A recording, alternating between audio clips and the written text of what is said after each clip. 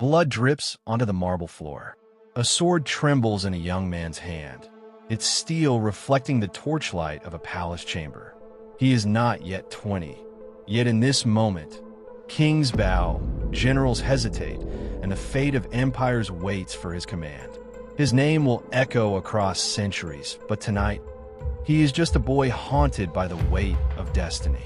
This is not the tale of a man who sought mere power. This is the story of a boy who believed the gods themselves had marked him for immortality.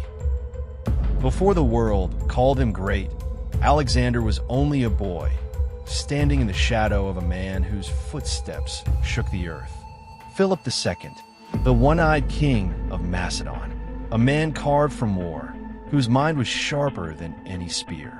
He transformed his kingdom from a forgotten corner of Greece into an empire in waiting. His armies were machines of conquest, his enemies broken before him. But in the torchlight of his father's glory stood Alexander, watching, waiting, learning. To many, just a boy. To himself, already a king. He was not like the other children of the court. While they played games of laughter and stones, Alexander's games were of steel and fire. He carried himself like Achilles, the hero whose stories his mother whispered in the silence of night. His mother, Olympias, wrapped him not in lullabies, but in prophecy. She told him he was no ordinary child, that his blood came not only from Philip, but from Zeus himself. You are born of thunder, my son. Never forget it. That lightning was his birthright, and the world his inheritance. Some call her mad, others called her dangerous. But Alexander listened. Every word sank deep into his soul. He began to believe, not just that he could be great, but that he was destined to be immortal. At 12, he broke a horse no man could tame. The beast, Bucephalus, fierce and wild, had thrown every rider to the ground. Court whispers mocked the boy as he stepped forward. But Alexander did not see a monster. He saw fear. He calmed the stallion, turned it to face the sun, and mounted. From that day forward, boy and beast became legend together. And Philip, watching from his throne, whispered, "Son, seek a kingdom equal to yourself. Macedonia is too small for you." It was not praise. It was prophecy. To sharpen his fire, Philip gave him a teacher, Aristotle, philosopher of philosophers. From him, Alexander learned not just how to rule, but why men obey, why empires rise, why they fall. Science, philosophy, politics, the heavens themselves. His mind became a blade as sharp as his sword. Yet every lesson only deepened his hunger. He was not learning for knowledge alone. He was preparing for conquest. Then, destiny struck with sudden violence. In a theater at Aegae, Philip, king of Macedon, stood before his people in triumph. But in an instant, steel flashed. A blade tore through his heart. The mighty king fell where he stood. Chaos erupted. Some whispered it was a Persian plot. Others dared whisper it was Olympias herself.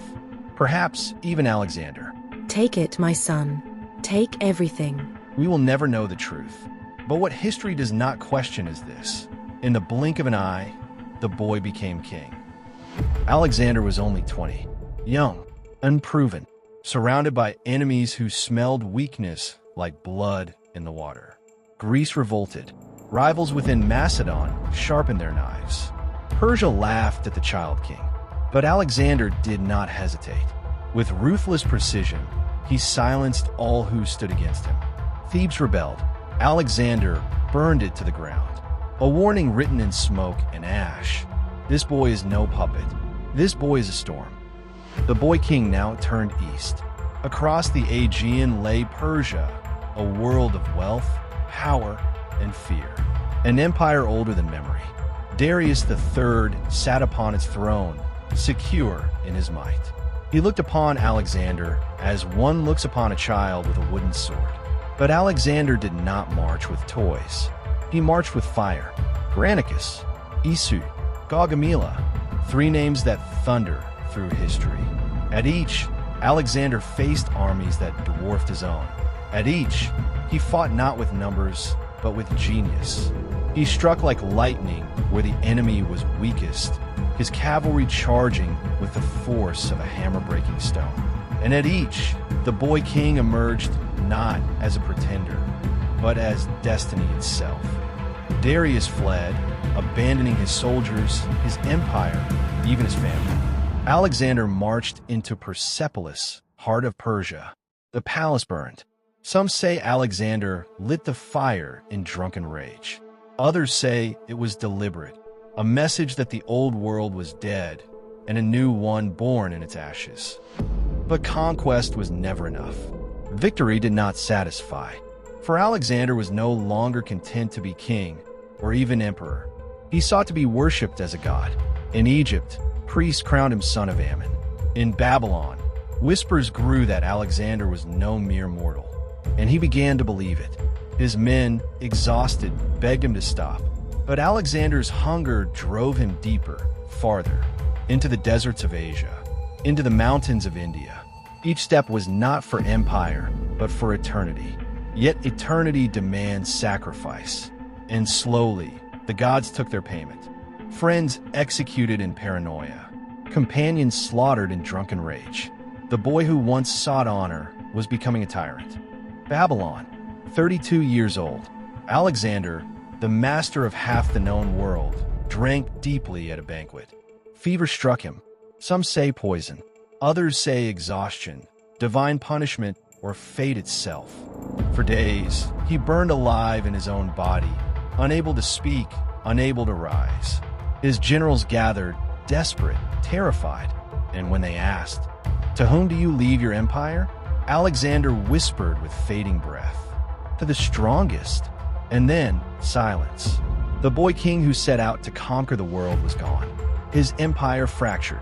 His body lay still. Yet his shadow never left us. The empire was gone, but the idea of Alexander refused to fade. In every corner of the world he once touched, his ghost lingered, not in body, but in vision. Cities bore his name: Alexandria in Egypt, in Syria, in the mountains of Asia, each a fragment of his dream, a world connected, not divided. The generals who carved up his empire fought like wolves over the carcass of a god. Yet even they could not escape his shadow. Each claimed to be his heir. Each tried to become what he once was: unstoppable, eternal. But perhaps Alexander's true conquest was not the land he took, but the minds he changed. He carried Greek thought into Asia, Persian art into Greece, and forged something new, a bridge between East and West, a fusion of worlds that would shape civilization for centuries. Even Rome, the empire of empires, bowed to his memory. Caesar wept before his statue.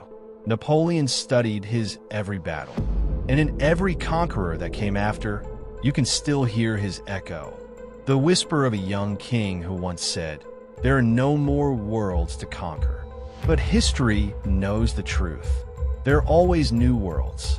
And perhaps Alexander never truly sought to conquer others, but to conquer the limits of being human itself. For in the end, he achieved what no mortal could. He became eternal, not by divine blood, but by the sheer force of his will. And somewhere across the centuries, his whisper still remains, carried on the winds of memory. "Father, watch me now.